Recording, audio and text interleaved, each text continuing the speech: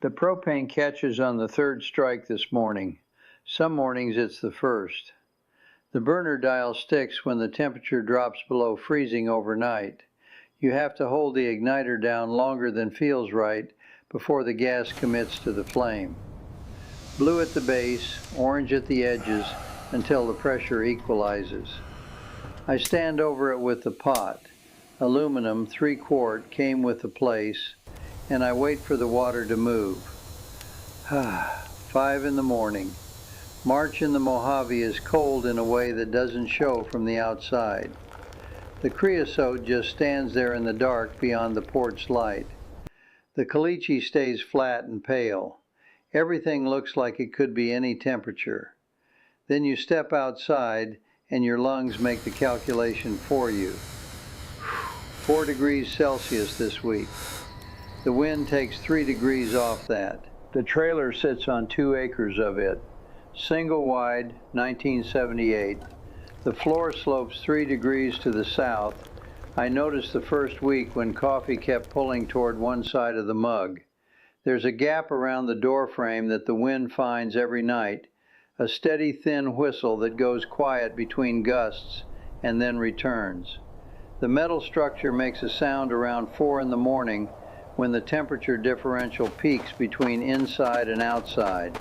A series of small ticks from the south wall, then a long, slow settling, like a frame deciding something.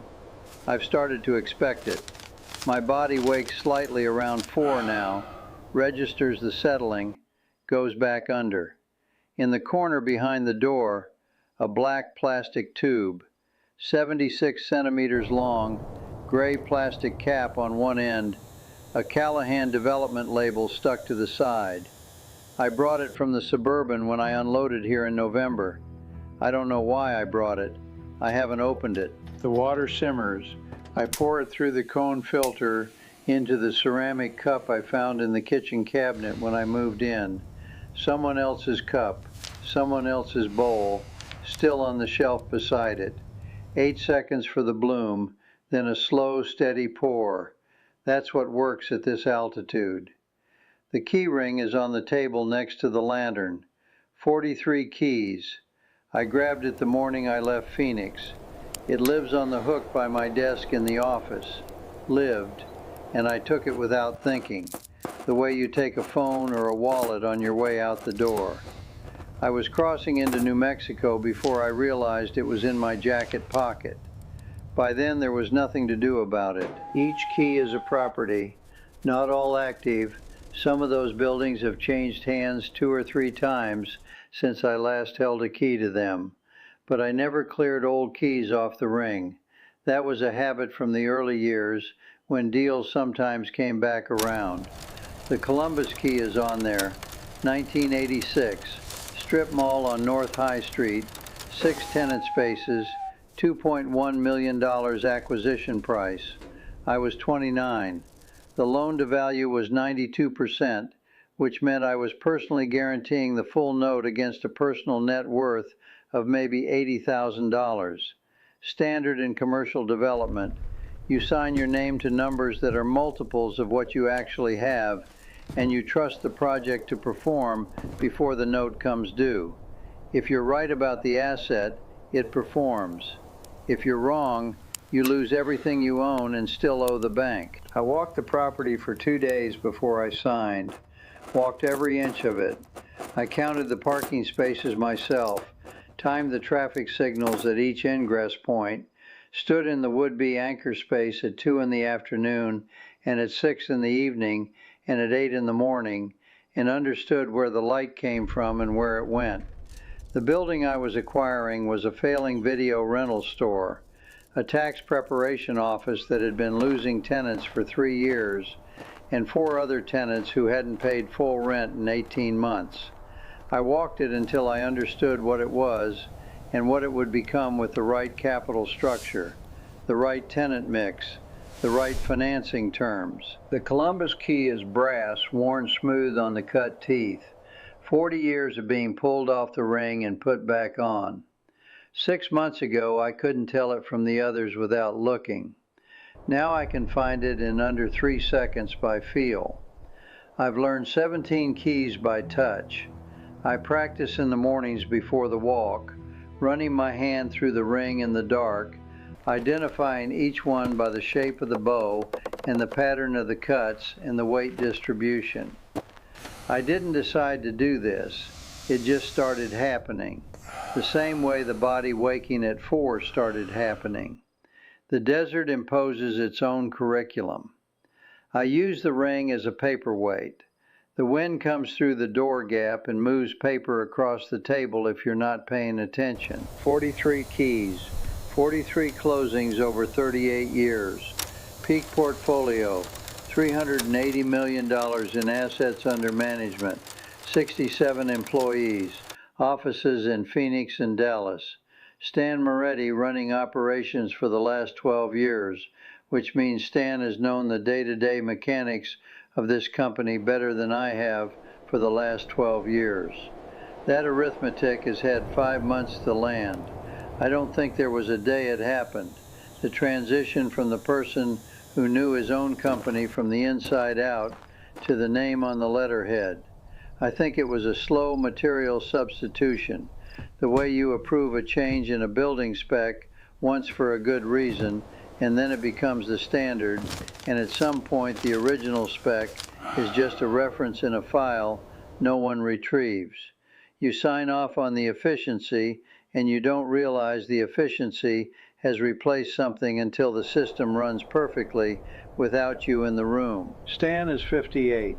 He grew up in Tucson, studied finance at Arizona State, came to me in 1992 as a 26-year-old analyst, and spent the next 32 years building every operational system the company has. When the 2008 crash hit, my personal net worth dropped from $40 million to $8 million over 14 months.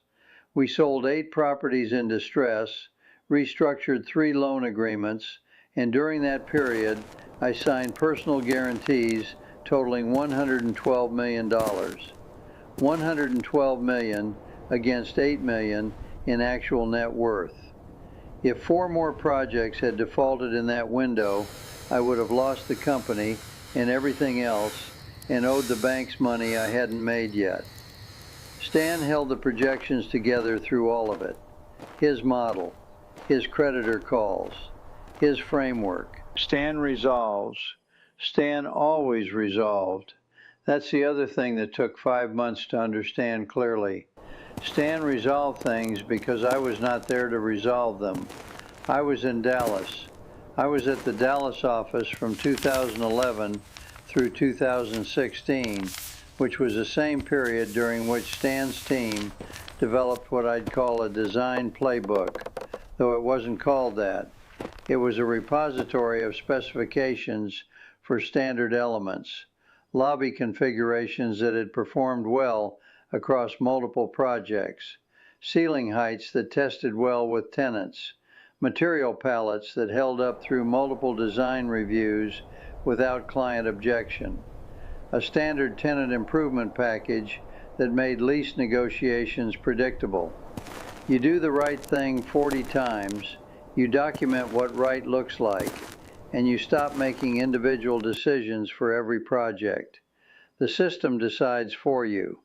The system is faster and more consistent than any person, including the one who made the first 40 right calls. I was not consulted about this because I was in Dallas, and because Stan is thorough, and because that's what I hired him to do. Operations, systemization, scale. Last week I found a business card in the pocket of the Carhartt. The jacket is from my concrete days. I wore a Carhartt on every job site from 1979 through 1986 when I moved into the office full-time. I kept this one in storage in the Phoenix garage for 25 years. Found it when I was clearing things out 2 years ago, brought it along without pausing to think about why. It still fits. The sleeves are stiff from a work stain that never fully came out. The pockets had been empty for a long time before last week. Kevin Callahan, licensed insurance agent, Columbus, Ohio. his cell number and the regional office address of a mid-size insurance group I don't recognize. Kevin is 38. He lives in Columbus, same city where I started, same city he grew up in while I was in Dallas. He calls every Sunday at 9 in the morning his time, 7 here. The calls run 11 minutes. I noticed the pattern around the third week in December and started watching the timer. First call after I gave him the Beatty address, 11 minutes. Second call, 11 minutes. Third, 11 minutes and 12 seconds. I don't think he knows he does it. I think his system knows when sufficient contact has been logged, when the call is done what a call is supposed to do. I used to have a similar mechanism in meetings. Something in me knew when we'd moved into the viable offer phase, when the other party was ready to close, when continuing to talk was only creating risk. That clock was reliable for 30 years. I didn't know Kevin was in insurance. I didn't know he had his license. He may have mentioned it at some point. I process information that doesn't have immediate deal implications the way an inbox processes email flagged as non-urgent. Received, acknowledged, not opened. The Columbus escrow took 6 months to close. The sellers kept adding contingencies, one after another, each time I satisfied the previous one. I sat in the conference room in February 1986 looking at a new list of conditions, an additional environmental review, a Phase 2 study on a site with no industrial history, a further review of the tenant estoppel certificates, and I understood that they weren't trying to kill the deal. They were scared. The asset had been losing value for 3 years. They didn't trust that it could perform, so they added conditions, and I kept satisfying them, and eventually the contingencies ran out, and the deal had no choice but to close. The escrow finally closed in June. Kevin's card is on the table with the lantern and the key ring. I've looked at it several times while I pour the morning coffee.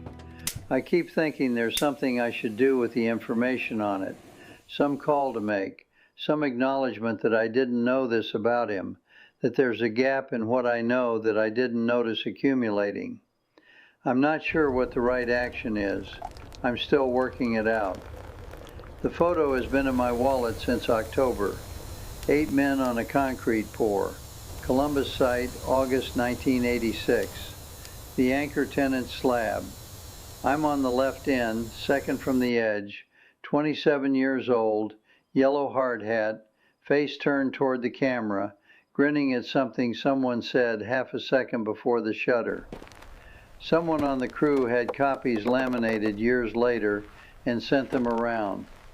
I found mine in a desk drawer in the Phoenix office when I was clearing things out, and I put it in my wallet without thinking about why. I can name 3 of the 8 men in this photo.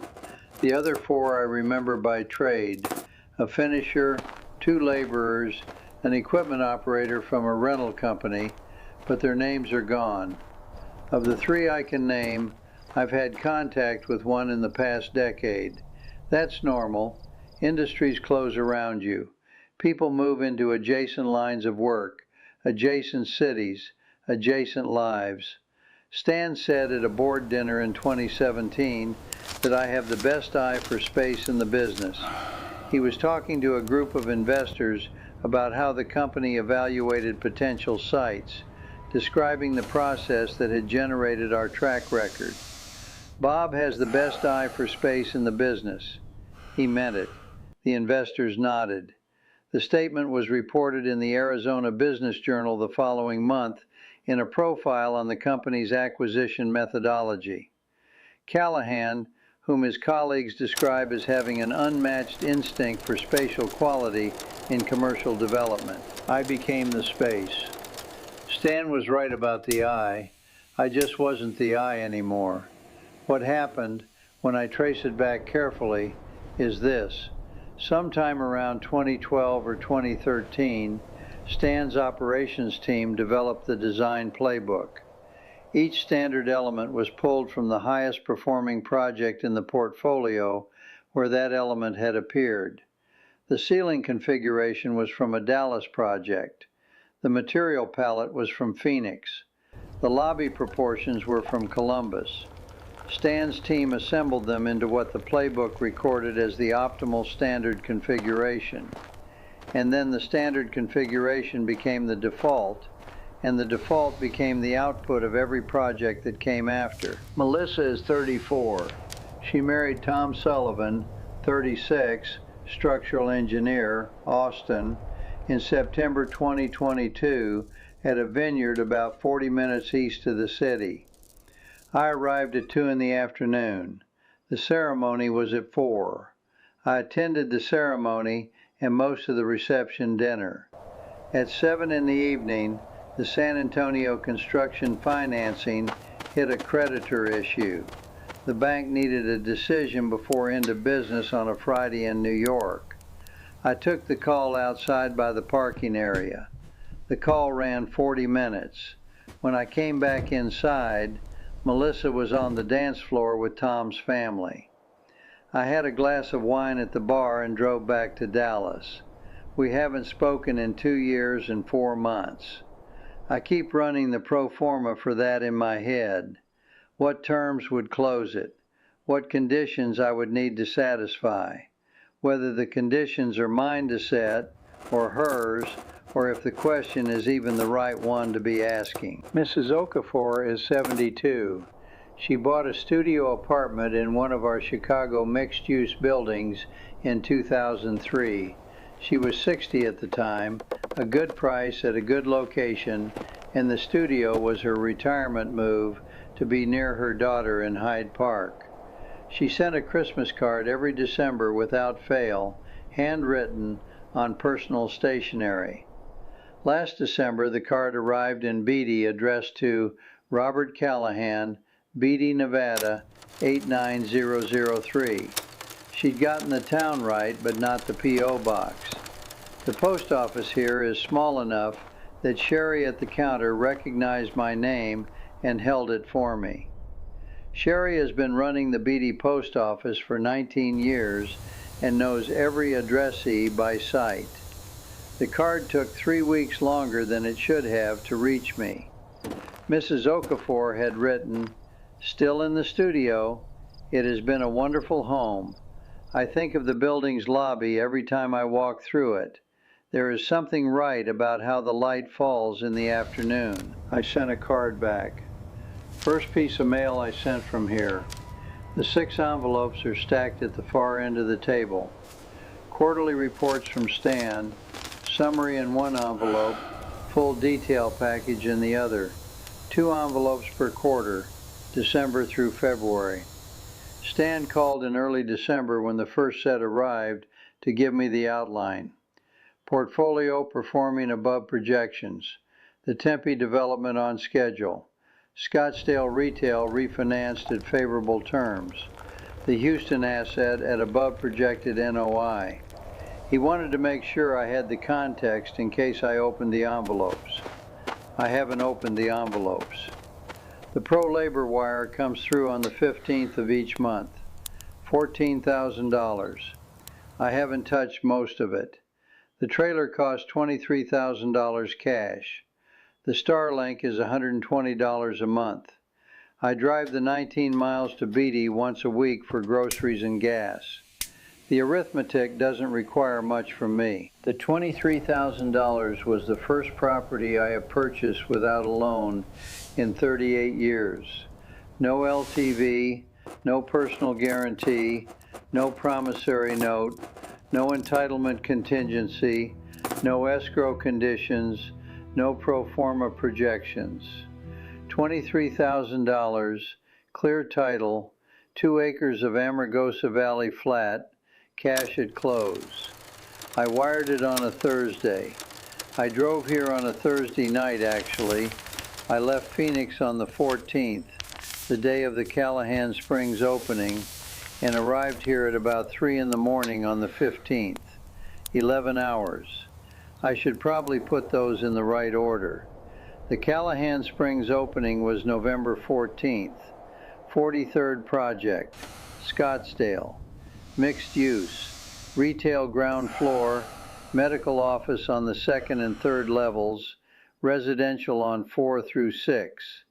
The lobby was the focal point of the marketing materials, high ceilings, quality materials, the kind of entry statement that tells the tenant mix, this is not a commodity building. I arrived at 9:15. The press was scheduled for 10. Stan and his project manager would arrive at 9:45. I had the lobby to myself for 30 minutes. The ceiling is 7 meters. I know that because I can calculate it from memory. 7 meters is not a standard commercial ceiling height, which runs 4.5 to 5 meters.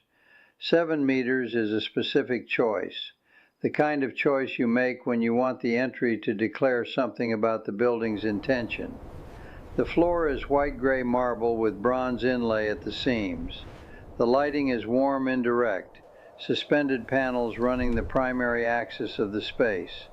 The reception desk is a curved Corian surface, matte white, radius consistent with something I've seen before but couldn't name standing there.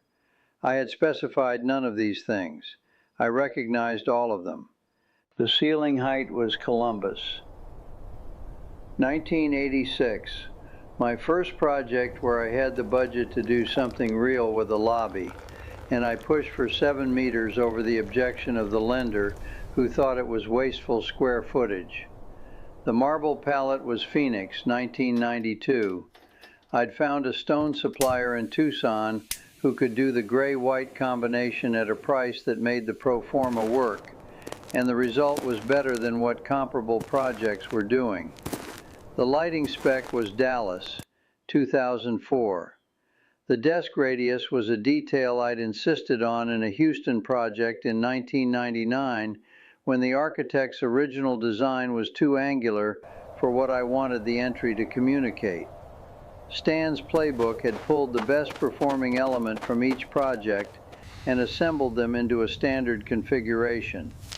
Maximum performance, minimum deviation, reproducible across any market in the portfolio.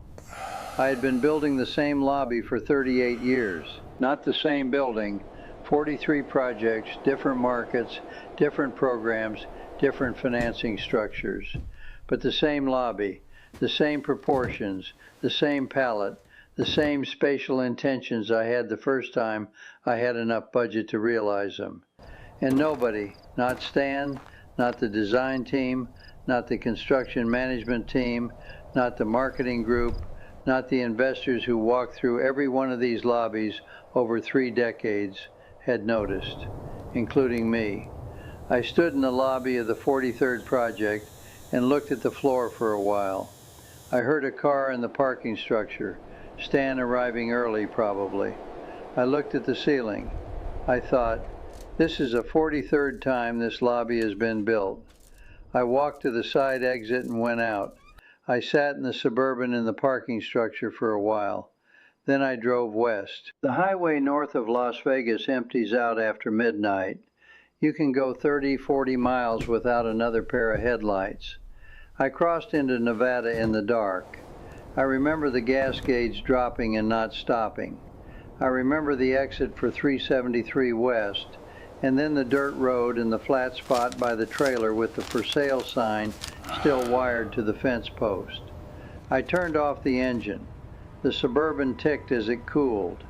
The desert outside was completely still between gusts.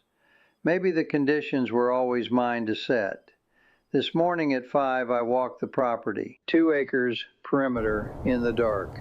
I've done it every morning since I got here. The boundary is marked by fence posts on the south side.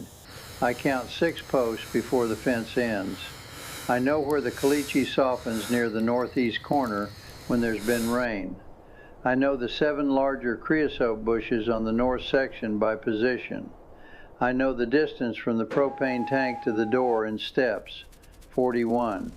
I know the 6th post on the south fence has a lean to it from a vehicle impact at some point in the past. The lean is 12 degrees east, which I know because I stood beside it last month with a level from the toolbox under the kitchen sink.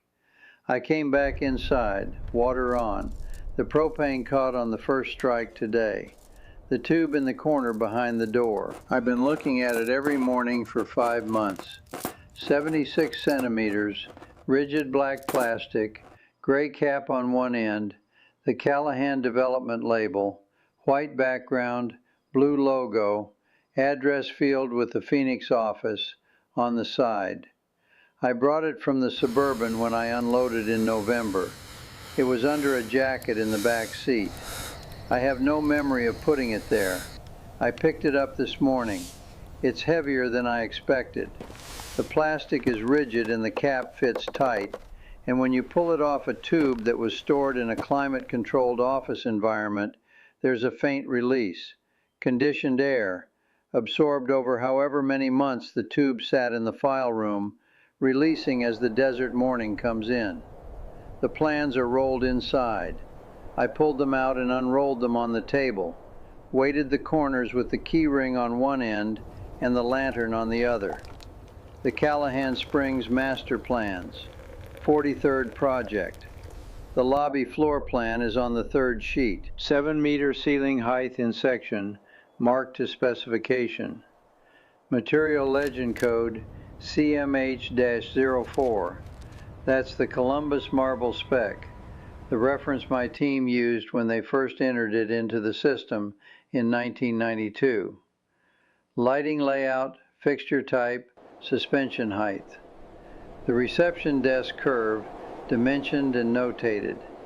Everything I stood in front of at 9:15 on November 14th and recognized before I understood what I was recognizing.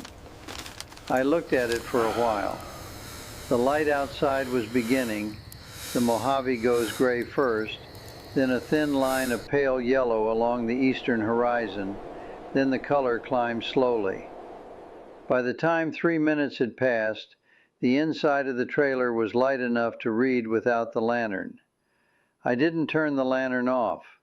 I just stood at the table with the plan spread in front of me and let the light change around me. Then I rolled the plans, fit them back into the tube, put the cap on and pressed until I felt the seal. I put the tube back in the corner. The water was still hot. I poured a second cup. The wind came through the door gap, a gust, then stopped, then came again. Between the gusts, there's a gap. I've started timing it without deciding to. 3 seconds, sometimes 6, sometimes 8. But the gap is always there, short or long, it comes every time. The Mojave is never completely still, but between gusts, there's always that interval. I've started waiting for it the way you wait for a transaction to settle. The key ring is on the table, 43 keys, 17 of them mine by touch now. Kevin calls on Sunday, 7 in the morning my time, 2 days. I'm going to let it run past 11 minutes. I don't have a pro forma for what's on the other side of it. I don't know what he does on Saturdays. 3 years of Sundays and I don't know what he does on Saturdays. That's something I should have walked before I got here. I should have walked the property before I signed. The wind comes in through the gap, the trailer settles, the coffee is going cold, but there's still water in the pot and the propane is on.